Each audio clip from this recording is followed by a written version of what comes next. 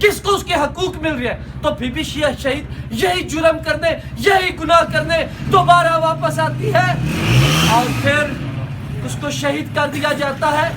کہاں سے؟ ہم نے نہیں کہا۔ میں ایک منٹ یہ بات کر کے کچھ تھوڑا سا اپنا رونا بھی رہوں گا۔ پارٹی کی خامیوں کا بھی کہاں پہ؟ مشرف ایک آمر، ایک ڈکٹیٹر، اس کو ہی مسئلہ تھا نا۔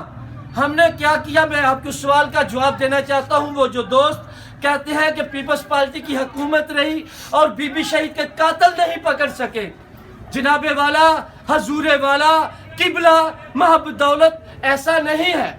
پاکستان میں اس لیے انویسٹیگیشن نہیں کرائی تھی، تحقیق نہیں کرائی تھی، تانے بانے جس جگہ پہ برتے تھے کہ آپ یہ نہ سمجھے ہم حکومت میں ہیں، اپنی مرضی کی رپورٹ بنوا رہی ہیں، اس لیے اسکاٹ لینڈ یارڈ سے انکوائری کرائی۔ دنیا کے بہترین انویسٹیگیٹر جو تھے، 2-2.5 سال میں وہ تحقیقات مکمل ہوئی۔ وہی افتخار چودھری، اس کی عدالت میں وہ کیس دیا، آج تک فیصلہ نہیں ہوا، ہمارے خلاف کر دیتا۔ مشرف اور جو دوسرے پیچھے قاتل تھے یا جو سہولتکار تھے ان کا بتا دیتے۔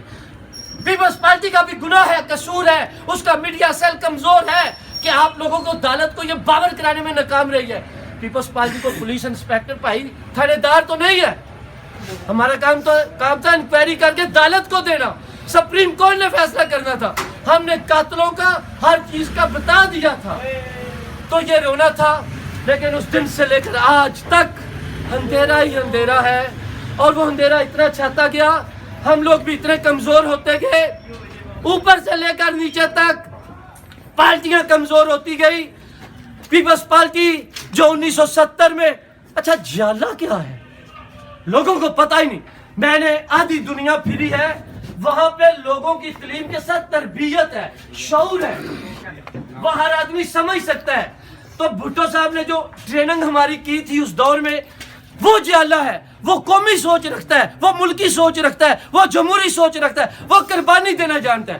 پیپلز پارٹی کا جیالہ وہ یہ نہیں سوچے گا کہ یہ شخص ارسلان مختار ہے، اس سے میں کوئی چیز چھین لوں، اگر یہ کسی عہدے پر ہے تو اس کو نکالوں ہو رہا ہوں، یا کسی کرسی پر ہے اس کو نکالوں ہو رہا ہوں۔ جیالہ قربانی دیتا ہے، وہ اپنے سے زیادہ کسی میں صلاحیت سمجھتا تھا تو وہ کہتا تھا یہاں پہ یہ کام کرے، میں اس کے پیچھے کام کر دوں گا۔ لیکن آج چاہے ضلع منڈی ہو، چاہے ڈویژن گجرانوالہ ہو، اور میں یہ بات کروں گا پاکستان کی تمام جماعتوں میں تو یہ بہت زیادہ ملاوٹ ہے۔ یہ بھی حقیقت ہے کہ 1977 میں پیپلز پارٹی میں بھی دوبارہ کافی بڑے بڑے لوگ جاگیردار، سرمایہ دار یا فیوڈل آ چکے تھے، یہ بدقسمتی تھی، لیکن وہ چلتا ہے۔ لیکن آج کسی جماعت میں نظریات نہیں ہیں، جو جیلے ہیں، جو کارکن ہیں، اب زہر لگتے ہیں۔ خدا کی قسم، چاہے پیپلز پارٹی ہو، میں دوسری جماعتوں کی روز ٹیلی ویژن پہ، ریڈیو پہ، اخبار میں، الیکٹرانک میڈیا پہ بات کرتا ہوں، لیکن یہاں پہ آج میں پیپلز پارٹی کی صرف بات کروں گا۔ پیپلز پارٹی میں یہ جتنے الیکشن لڑنے والے ہیں، خدا کی قسم مجھے بتا دے کسی کو آپ سے محبت نہیں ہے۔ جو شخص تھوڑی سی اچھی کارکردگی دکھاتا ہے، تھوڑا سا اچھا بول پاتا ہے، بھٹو کی بات کرتا ہے، جمہوریت کی بات کرتا ہے، قربانی کی بات کرتا ہے، یا بی بی شہید کی بات کرتا ہے، تو ان کو زہر لگتا ہے۔ مجھے بتاؤ ہم کہاں جائیں؟ ہم پاکستان کی جمہوریت کے لیے ان بڑے بڑے لوگوں سے لڑے یا اپنے لوگوں سے قتل ہوتے رہے؟ ایک طرف بی بی شہید صرف نہیں شہید ہوئی تھی، یہ ہمیں اپنے بھی قتل کر رہے ہیں۔ ہمارا گناہ کیا ہے؟ ہم تو کہہ رہے ہیں صرف جمہوریت۔ اگر کامران ہاشمی میں صلاحیت ہے تو ہے، اگر راجہ پال بھٹو ہے، ان کے والد جنہوں نے ساری عمر گزاری یا اور ہے تو ہے۔ انگریزوں میں ہوتا ہے یہ بات، جس شخص میں جو ٹیلنٹ ہے اس کو موقع دیتے ہیں۔ ہمارے یہاں جو تھوڑا سا سر اٹھاتا ہے اس کی گردن ہی کاٹ دیتے ہیں۔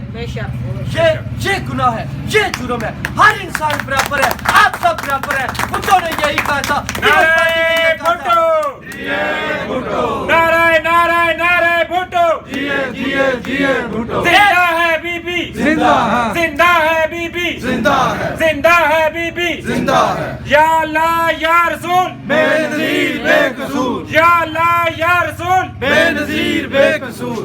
صرف ایک فکرہ مجھے بتا دے، صرف آپ سے نہیں پوچھ رہا، پورے پاکستان کا کوئی بڑے سے بڑا سیاستدان، دانشور، اینکر، مدبر، مفکر، ذہین آدمی بتا دے۔ کہتے ہیں طاقت کا سر چشمہ عوام ہے، کوئی جماعت دکھا دے، عوام کی طرف دیکھ رہی ہے، عوام سے طاقت لے رہی ہے، خدا کی قسم سے نہیں لے رہی. یہاں کی طاقت اسٹیبلشمنٹ ہے، یہاں کی طاقت سرمایہ اور دولت ہے اور آپ کے تعلق ہے. اس کے علاوہ کون سی چیز ہے مجھے بتائیں. ہم جھوٹ بولتے ہیں. ہمارے ساتھ صرف ہم تو ان لوگوں کی غذا ہے، خوراک ہے، ایندھن ہے. ہمیں جلا کر یہ تھوڑا سا آگے آتے ہیں، پھر وہ طاقتیں استعمال کرتے ہیں. بھائی اسی لیے راجہ پال بھٹو اور ہم کہہ رہے ہیں زندہ ہے بھٹو، زندہ ہے، کیونکہ اس نے طاقت کا سر چشمہ عوام کہا تھا اور اسی لیے اس کو شہید کیا گیا. بینظیر بھٹو نے اس چیز پہ اعتماد کیا، اپنا ایمان رکھا، طاقت کا سر چشمہ عوام ہے، اس کو سزا ملی.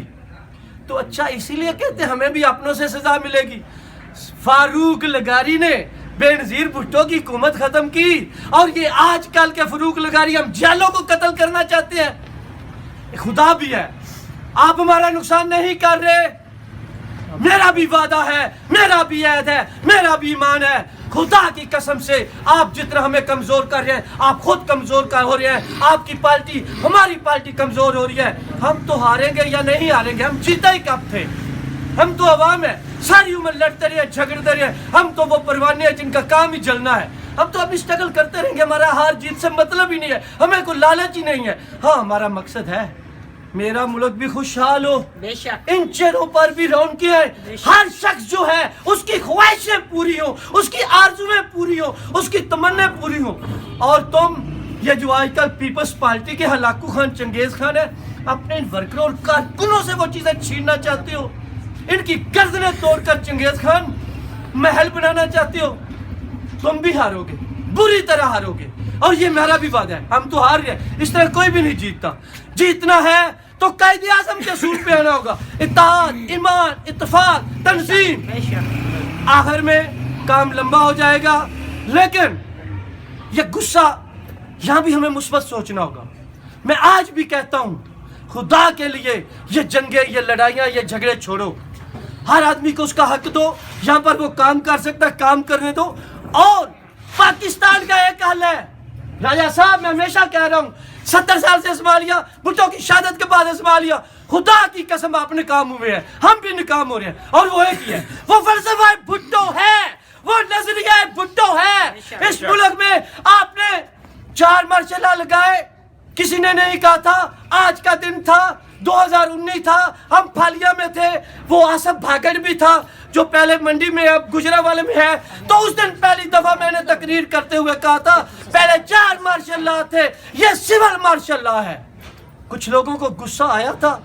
آج عمران خان اس کے ساتھی اور وہ 4 وارداتیاں بھی مان رہے ہیں. 17 ارب کیوں ملے ڈیمو کے ثاقب نثار کو؟ نواز شریف کو ہٹانا، عمران خان کو لانا، قمر جاوید باجوہ صاحب، فیض حمید صاحب، عمران خان، یہ 4 آدمی تھے. اور بھی بہت تھے، لیکن یہ اتنا لفظ میں نے اس تقریر میں نہیں کہنے اس لیے کہے کہ میں نے کہا تھا سول مارشل لا ہے اور آج یہ مان رہے ہیں، آج ثابت کر رہے ہیں، وہ خود بول رہے ہیں. اگر وہ خود مان رہے ہیں تو پیپلز پارٹی والوں آپ بھی ہوش میں آ جاؤ.